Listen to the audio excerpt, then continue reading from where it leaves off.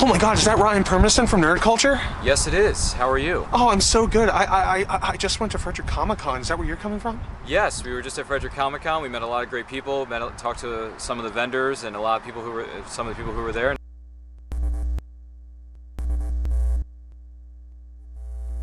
Nerd.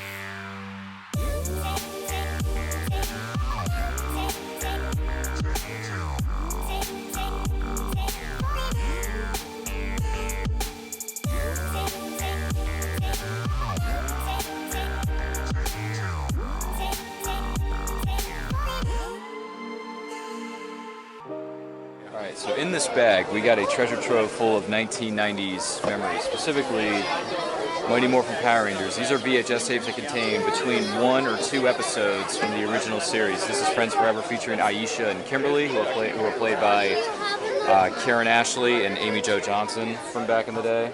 You also got 2 episodes focusing on the relationship between Kimberly and Tommy, Jason David Frank, Amy Jo Johnson. You got the original.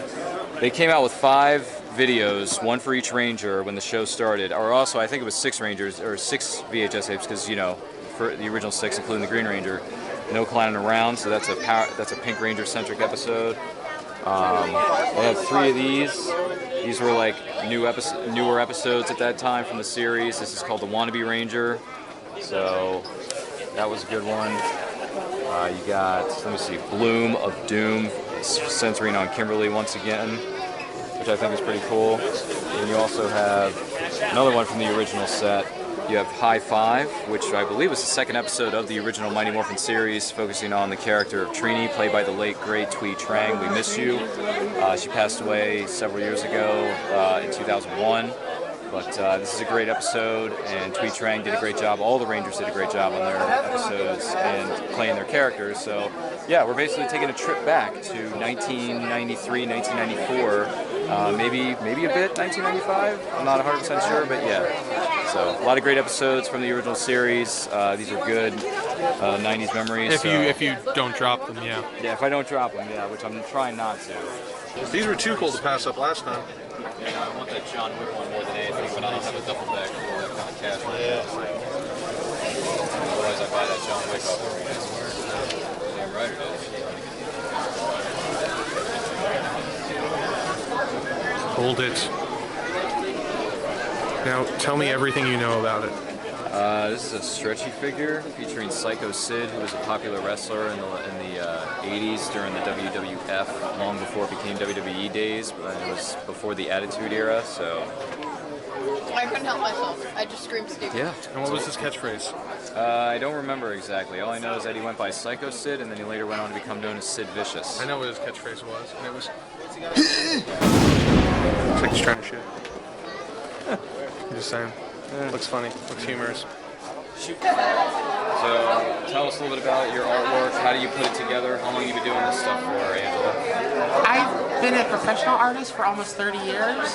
I started out as a assistant production artist for a promotional products company, and I worked for them for 13, 14 years before breaking out on my own, doing freelance. I do all my work in Illustrator, just because that's what I worked in when I was the production artist, which I never did anything fun there. It was all boring. And it takes me about 3 or 4 days per piece to do it. So, and I just started with my fandoms, and as people ask for more and more different stuff, that's what I started doing. Appreciate it. We wish you the best of luck here today at the Frederick Comic-Con. We wish you the best of luck with your upcoming shows. Awesome. And didn't he do just a fantastic job? Yes, he did. I didn't go to broadcasting school back in the day for nothing, so. I know, I have too much. Thank you. You guys want to get these? I got them. What is editing software of choice? What do you do this on? I use a program called Procreate on the iPad. It's like Photoshop, but it's more geared toward painting and illustrating.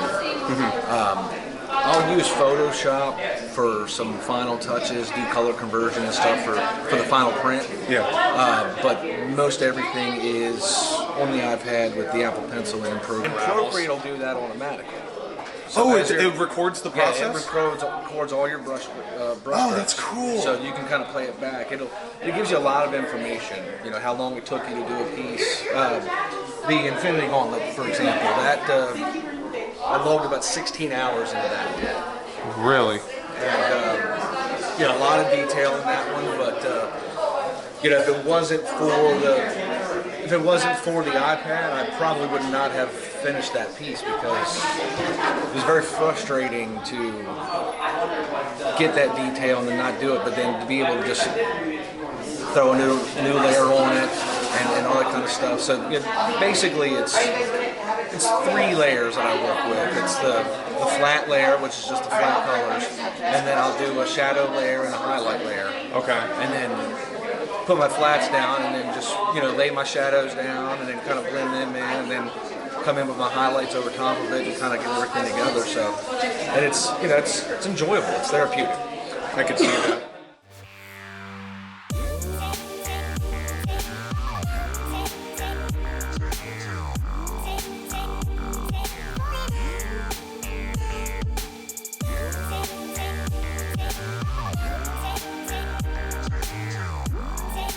Ryan, get in on this.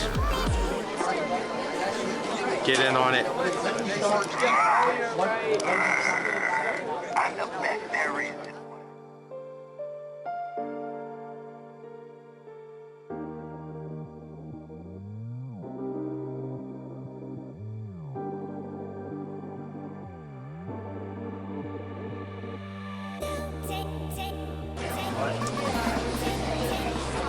You want a Bob Ross, huh? Maybe just paint some clouds in here. Ooh, that's a pretty color. That's refreshing.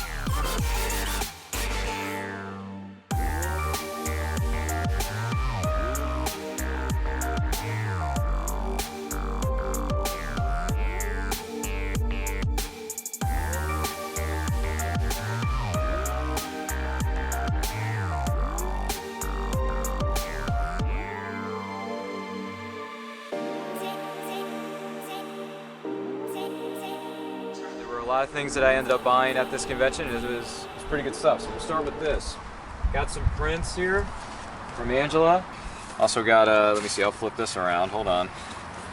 This is the Millennium Falcon from Star Wars. You got Captain America. This is Casino Royale. This is the first film featuring Daniel Craig as James Bond, 007, one of my favorite Bond films. Of John L. French. These are detective, crime-solving, noir type stories. There's his signature right there, John L. French. And this is one of his first books that he wrote. It's called Past Sins, the Matthew Gray's case book. From Transformers, Siege, what is it, War for Cybertron trilogy. This is most recent. This figure came out, Mark was telling me, from Shazam Comics and Toys, came out in 2018. Frederick Comic-Con 2020. This was a great event, a lot of fun. Good to see some familiar faces as well as meet some new people while we were there. And we hope you enjoyed this video of us. This is Ryan of Nerd Culture. Make sure you're following us on social media on Facebook, Twitter, and Instagram at It's Nerd Culture. You can find us there. And you can find a link to our YouTube channel in our Instagram account at It's Nerd Culture. Be sure to check out this video and let us know your thoughts on Frederick Comic-Con. Did you have a chance to go? Did you have a chance to buy anything? Meet some of the vendors and some of the other people that were there? Leave any and all your thoughts in the comment section below of this video. We'd really appreciate it. Thank you very much for watching. And make sure to like, comment, subscribe, do all that stuff. We'll see you next time. Thanks for joining us, guys. I was here too.